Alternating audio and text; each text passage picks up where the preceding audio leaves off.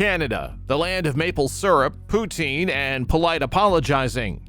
But beneath the flannel shirt exterior lies a dark financial secret that threatens to unravel the country's reputation for fiscal responsibility: $10 trillion. Let that number sink in for a moment. That's over $100,000 billion. This staggering figure represents the total debt currently strangling Canada: government, corporate, household. It's more than 3 times the size of Canada's economy and works out to over $255,000 per citizen, including babies and diapers. How did the world's 10th largest economy end up sinking deeper into the red than Greece at the height of its debt crisis? The answers may shock you. Decades of deficit spending, money printing, and pie-in-the-sky political promises have left Canada teetering on the edge of economic calamity. Brace yourself as we peel back the layers on Canada's debt bubble of epic proportions. You'll discover how this financial Jenga tower got so high and what could happen if it comes crashing down. With the recent announcement of a staggering $40 billion deficit for the current fiscal year, coupled with plans to exceed anticipated spending by $43 billion over the next 6 years, Canada finds itself at the center of a financial abyss. The nation's fiscal trajectory has ignited concerns about the sustainability of its economic policies, prompting a closer look at the root causes of this unprecedented debt crisis. To comprehend the beginning of Canada's fiscal troubles, we need to journey back to the era of former Prime Minister Pierre Trudeau, whose left-wing policies laid the groundwork for the colossal debt burden the country bears today. Trudeau's penchant for huge deficits and the unchecked printing of money to fund them ushered in an era of expansive liberal welfare programs promising prosperity for all. However, this utopian vision proved elusive, especially for those residing outside the confines of an ivory tower. Pierre Trudeau's legacy is marked by a systematic undermining of Canada's energy sector, inciting animosity in Western Canada, and implementing a series of ill-fated and extravagant government initiatives. His suspension of the Constitution during a Quebec separatist hostage crisis further strained the economy, resulting in stagflation, an economist's worst nightmare, characterized by simultaneous high unemployment and inflation rates. The aftermath of Trudeau Sr.'s governance witnessed Canada grappling with soaring inflation and unemployment rates, both peaking at 12% between 1980 and 1983. Meanwhile, interest rates skyrocketed to an alarming 19%. Far from the promised utopia, the economic landscape resembled more of a nightmare, reminiscent of Fidel Castro's communist Cuba than a thriving free-market Western nation. Regrettably, successive liberal and some conservative governments preserved Trudeau Sr.'s high-deficit spending practices. However, it is under the leadership of Trudeau's son, the current Prime Minister Justin Trudeau, that the situation has escalated to unprecedented levels. Since assuming office in 2015, Trudeau's Liberal government has consistently run an expanding deficit, resulting in Canada's combined household, corporate, and government debt reaching a staggering $10.2 trillion. This translates to a daunting $255,000 per person, more than 3 times higher than the country's GDP. The gravity of Canada's financial predicament surpasses that of Greece's 2009 debt crisis, which triggered mass protests and suicides. Remarkably, Canada's debt load surpasses that of 45 out of 48 major debt crises worldwide over the past century. Despite a recent uptick to 5%, interest rates in Canada have remained relatively low for several decades. However, contemplating a return to the historical average of 7.6% over the past 61 years reveals a potentially catastrophic scenario. If such an increase were to occur, Canada would find itself grappling with an annual interest payment of $294 billion, an amount comparable to the nation's annual expenditure on healthcare. This debt threatens to unleash economic turmoil of unprecedented proportions, rendering today's challenges mere child's play in comparison.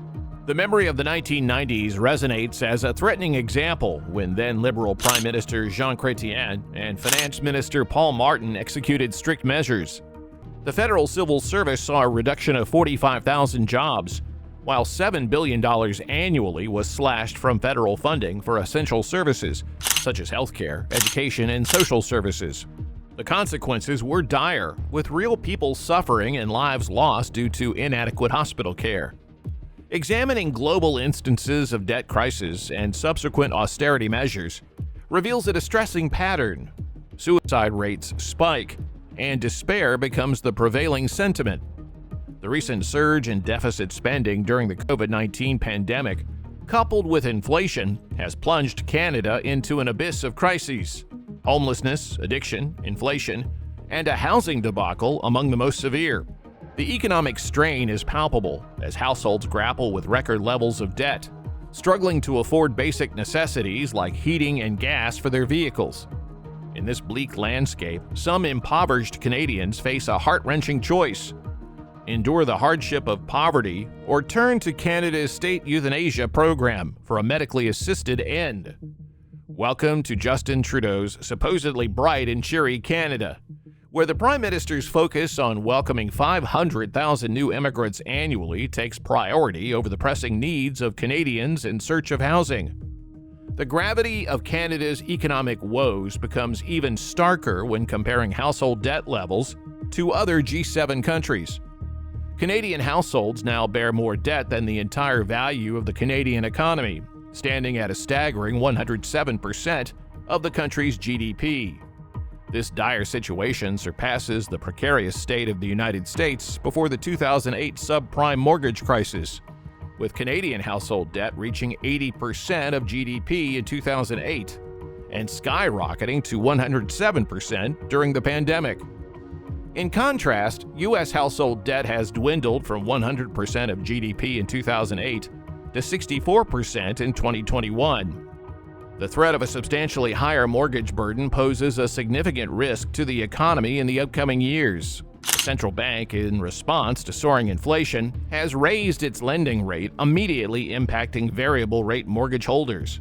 However, a forewarning has been issued to fixed-rate holders, urging them to brace for a similar impact when their mortgages come up for renewal. This financial strain is not confined to mortgage holders alone. Rent prices are skyrocketing nationwide, extending beyond the well-known urban centers of Toronto and Vancouver. Amidst this economic turbulence, many families find themselves caught in a precarious balance, struggling to stay afloat in the face of record debt, while their income levels remain stagnant. The ripple effect is felt on a broader scale, with the entire economy bearing the brunt of escalating consumer and national debt. A recent study by the Fraser Institute think tank reveals an alarming trend. Adjusted for current inflation, Canada's total provincial and federal debt stemming from public spending has surged from $1.1 trillion in 2007 to a staggering $2.1 trillion by 2022. This constitutes a significant portion of the nation's overall debt, which currently stands at $10.2 trillion. Unpacking the destination of government funds provides insight into the allocation of resources. The substantial financial commitment extends to crucial areas such as employment insurance, education, and healthcare. Additionally, funds are directed towards services like postal and ferry services, as well as cultural funding of grants and subsidies. The 2021 federal spending report underscores the magnitude of this financial commitment, with $158 billion allocated to social benefits, $135 billion in grants, around $29 billion in subsidies, and approximately $24 billion in interest payments on existing debt. Furthermore, an additional $127 billion is dedicated to goods and services, employee payments, and miscellaneous expenses. This escalating annual debt accrual, coupled with increasing interest obligations on the principal sum, paints a concerning picture. The federal government's expanding debt load is poised to grow even further in the years to come, gradually consuming a larger share of Ottawa's spending. Finance Minister Chrystia Freeland's recent economic statement serves as a stark acknowledgement of the impending economic challenges facing Canada. The admission that the nation's growth is set to stall, coupled with a projected 1% increase in unemployment by 2024, paints a worrying picture.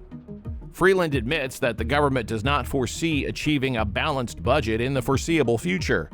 casting a shadow over Canada's economic outlook and hinting at a recession.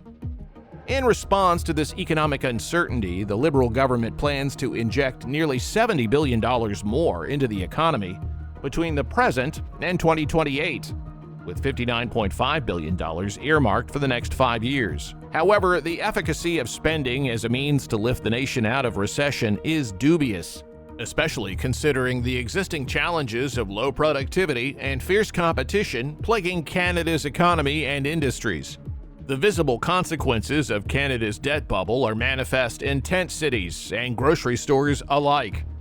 Concerns over income stagnation, lack of wage growth, rising prices, and a perceived lack of concern from a seemingly reckless government are exacerbating the predicament. The ability of citizens to afford basic necessities not only strains their financial well-being, but also dampens optimism about the future. As the government grapples with these challenges, the looming housing shortage, escalating prices, and the impending recession create a dire scenario. The nation appears unprepared to face the economic downturn, as noted by economist David Rosenberg, who argues that Canada is already in a recession. He criticizes the Bank of Canada for focusing on combating past inflation rather than addressing the current economic realities. While Conservative leader Pierre Trudeau has drawn attention to Canada's debt crisis through a documentary titled Detonation, the path forward remains unclear. Poilievre's emphasis on the issue is crucial, but the nation awaits concrete plans to reverse the urgent situation and prevent the massive debts from triggering at historically higher interest rates. Identifying the problem is a crucial step, but finding viable solutions is imperative to navigate Canada through these tumultuous economic waters. The unfortunate reality that has unfolded in Canada is the work of a powerful administrative state, often referred to as the deep state, combined with a liberal big spending ideology. This approach has effectively boxed Canada into a corner. The repercussions of this reckless spending and the ensuing debt-to-recession cycle are palpable, resulting in an expansion of government power, increased dependency of the population on governmental support, currency devaluation, and a concerning erosion of basic rights and freedoms. The recent freeze of Canadians' bank accounts during the pandemic, apparently for speaking out against Prime Minister Justin Trudeau, serves as a stark example of the potential abuses of power. As the government becomes more deeply involved in citizens' lives through increased spending and intervention, the risk of such infringements on basic rights grows. In examining the roots of Canada's current situation, the biography of Justin Trudeau's father, Pierre Trudeau, becomes insightful. Pierre Trudeau's early exposure to communist China during travels and his subsequent education at Harvard played a significant role in shaping his left-wing ideology. This influence extended to his administration for the massive infrastructure growth and unity he witnessed in communist China. The question then arises, is Justin Trudeau's vision for Canada influenced by his father's admiration for China's system? The younger Trudeau has expressed an unusual level of admiration for China's basic dictatorship in the past. This raises concerns about the direction Canada may take, especially when confronted with the inevitable burst of the debt bubble.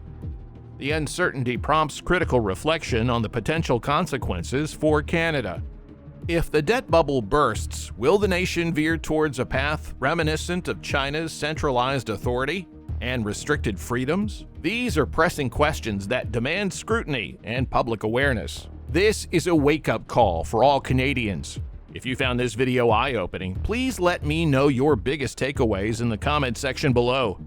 Be sure to subscribe and ring the notification bell to stay up to date as we continue investigating Canada's financial woes.